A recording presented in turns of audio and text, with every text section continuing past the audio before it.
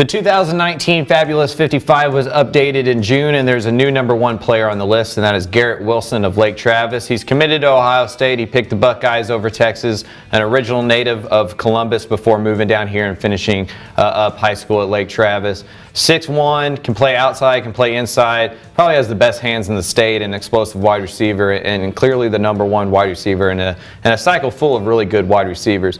At #2 was Marvin Leal. He's a defensive lineman from Converse Judson, committed to Texas A&M, was a top 5 member of the previous 2019 Fabulous 55, and is the top defensive lineman in the state. One of the main reasons why is because he can play inside at defensive tackle. He also has the athleticism to play outside. And then the #1 recruit for Texas that's committed is Jordan Whittington. He came in at #3.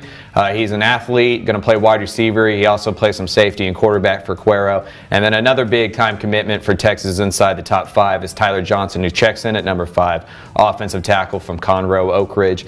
Last year in the 2018 class, Texas was able to dominate the Fab 55. They signed the top 5 players, 10 of the top 15. This year won't be the same. Oklahoma A&M have really made inbounds into the state of Texas. Texas is forced to go out of state. And right now, interestingly enough, the top 11 players in the Fab 55 are already committed. Some of that has to do with the early signing period, but a lot of that has to do with this class being the first that can take official visits as juniors. That's moved up the recruiting process and really sped it up and made prospects choose early. So 11 of the top 55 are already committed. Over 30 of the 55 are already committed. So a lot of the work is already done, and the focus will move to the 2020 class for a lot of these programs as they lock up their players in 2019.